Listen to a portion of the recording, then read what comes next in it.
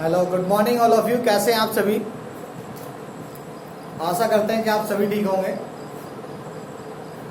हम online classes में कक्षा 12 में आज आपके लिए न्यू टॉपिक है लिंग गुणसूत्र, सेक्स क्रोमोसोम्स के बारे में बातें करेंगे। लिंग गुणसूत्र जो होते हैं वो ह्यूमन बॉडी में उनकी संख्या कितनी होती है, क्या कार्य होता है और उसके अतिरिक्त ह्यूमन बॉडी में मानव शरीर में कौन कौन से गुणसूत्र पाए जाते हैं। तो हम क्रोमोसोम्स के बारे में बातें करेंगे। उसके बाद नेक्स्ट टॉपिक होगा, इसमें मनुष्य में लिंग निर्धारण के बारे में बातें करेंगे कि मनुष्य में लिंग का निर्धारण किस प्रकार से होता है, किस प्रकार के क्रोमोसोम्स बनते हैं और कितनी संख्या में बनते हैं, एक निश्चित मात्रा या निश्चित संख्या कितनी होती है, उसके बारे में बातें करेंगे।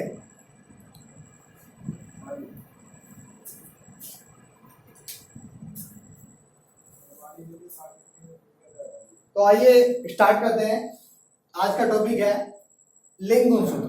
जैसा कि आप सभी को मालूम है, कक्षा 10 में आपने पढ़ा होगा, कक्षा 9 में आपने पढ़ा होगा, कक्षा 8 में 8 से आप पढ़ते आ रहे हैं क्रोमोसोम्स के बारे में। बेसिक नॉलेज सभी स्टूडेंट्स को है, लेकिन फिर भी उसी बात को आगे बढ़ाते हुए, उसी टॉपिक को आगे बढ़ाते हुए आज हम बातें करते हैं लिंग गुणसूत्र के बारे में। जैसा कि आपको पता है कि मनुष्य की जो जनन कोशिका होती है उसमें जो गुणसूत्रों की संख्या होती है वो कितनी होती है हमारी?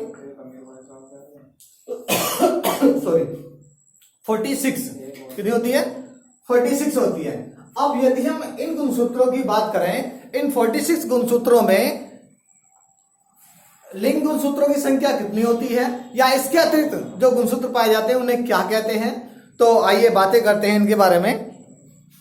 तो ये आपको याद रखना होगा, ह्यूमन बॉडी में कितने क्रोमोसोम्स पाए जाते हैं? 46 पाए जाते हैं, ठीक है, जिनकी संख्या या 23 पेयर में जोड़ी या 23 जोड़ी या 46 गुणसूत्र पाए जाते हैं। ये क्वेश्चन आता भी है, आप कोई भी पूछ सकता है वो किस प्रकार से कितने होते हैं, उनके बारे में बातें करते हैं। तो पहला जो गुणसूत्र होते हैं हमारे, उनको बोलते हैं कायिक गुणसूत्र।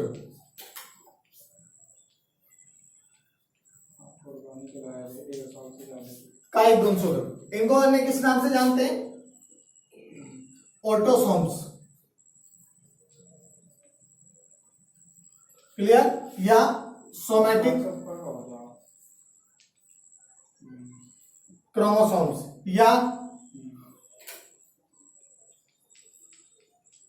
एलिंगी गुणसूत्र। यदि कोई आपसे कायिक गुणसूत्र के बारे में पूछता है या ऑटोसोम्स के बारे में पूछता है या सोमैटिक गुणसूत्र के बारे में पूछता है या एलिंगी गुणसूत्रों के बारे में पूछता है, तो आपको वही बताना है जो मैं बताने जा रहा हूं। देखिएगा, कायिक गुणसूत्र की बात करें या दूसरा बोलते हैं इसको देही गुणसूत्र भी बोलते हैं। आपको याद रखना है बस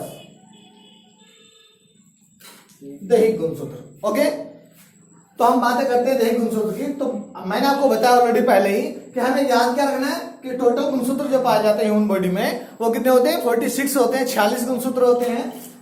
तो 46 गुणसूत्रों में हमारे देही गुणसूत्र, कायिक गुणसूत्र, ऑटोसोम्स, सोमैटिक गुणसूत्र, एलिंगी गुणसूत्र, यानी कि इनकी संख्या कितनी होती है। तो आइए देखते हैं, बातें करते हैं।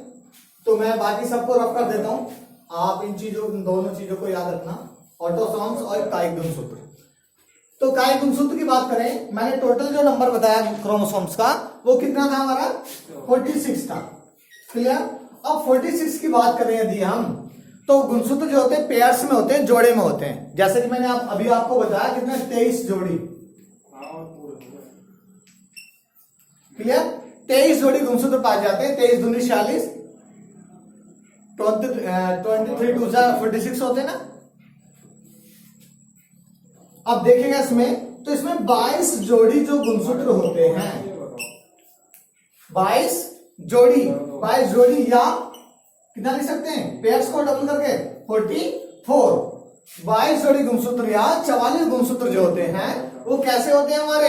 वो हमारे कायिक गुणसूत्र होते हैं। क्या होते हैं? कायिक गुणसूत्र होते हैं, जो नर तथा मादा जो किसमें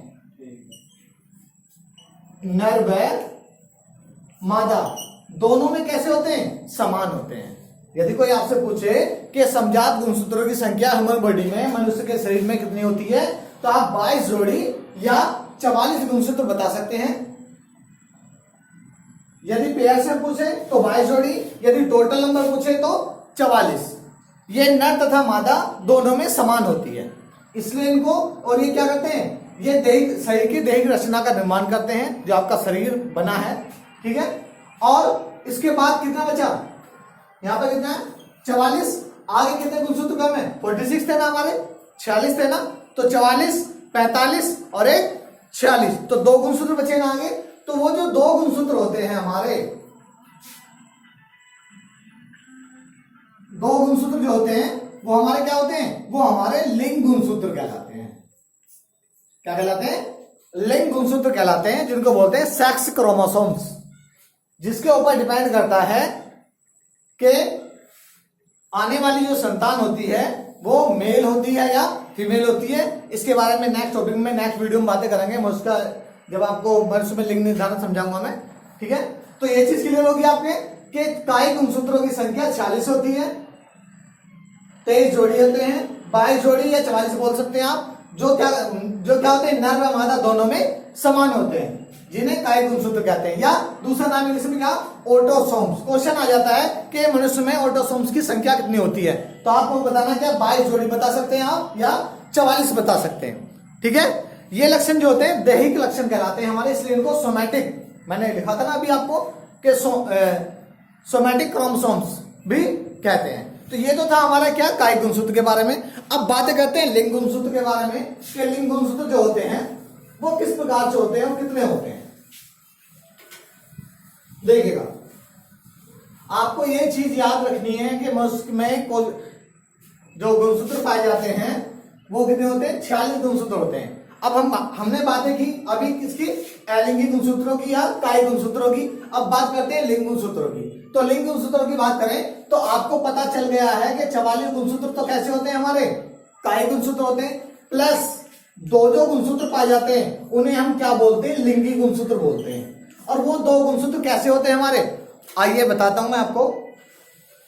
देखिएगा, यदि मनुष्य की बात करें हम, तो मनुष्य में ये गुणसूत्र समजात भी होते हैं, और यानी कि समयुग्मजी भी होते हैं और विषमयुग्मजी भी होते हैं, होमोलोगस भी होते हैं और हेटेरोलोगस भी होते हैं, ठीक है।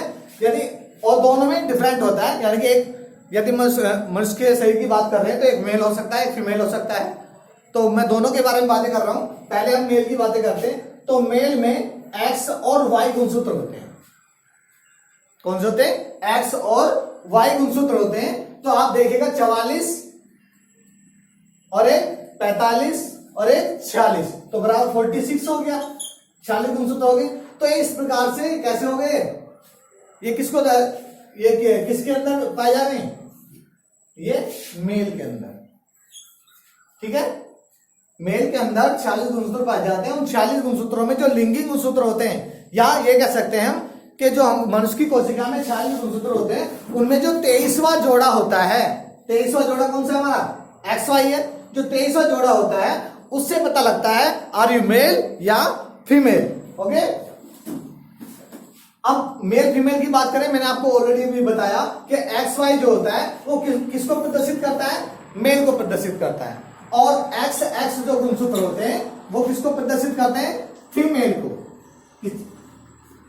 किसी पुरुष की किसी मनुष्य की जनन कोशिका में एक्स वाई गुणसूत्र है।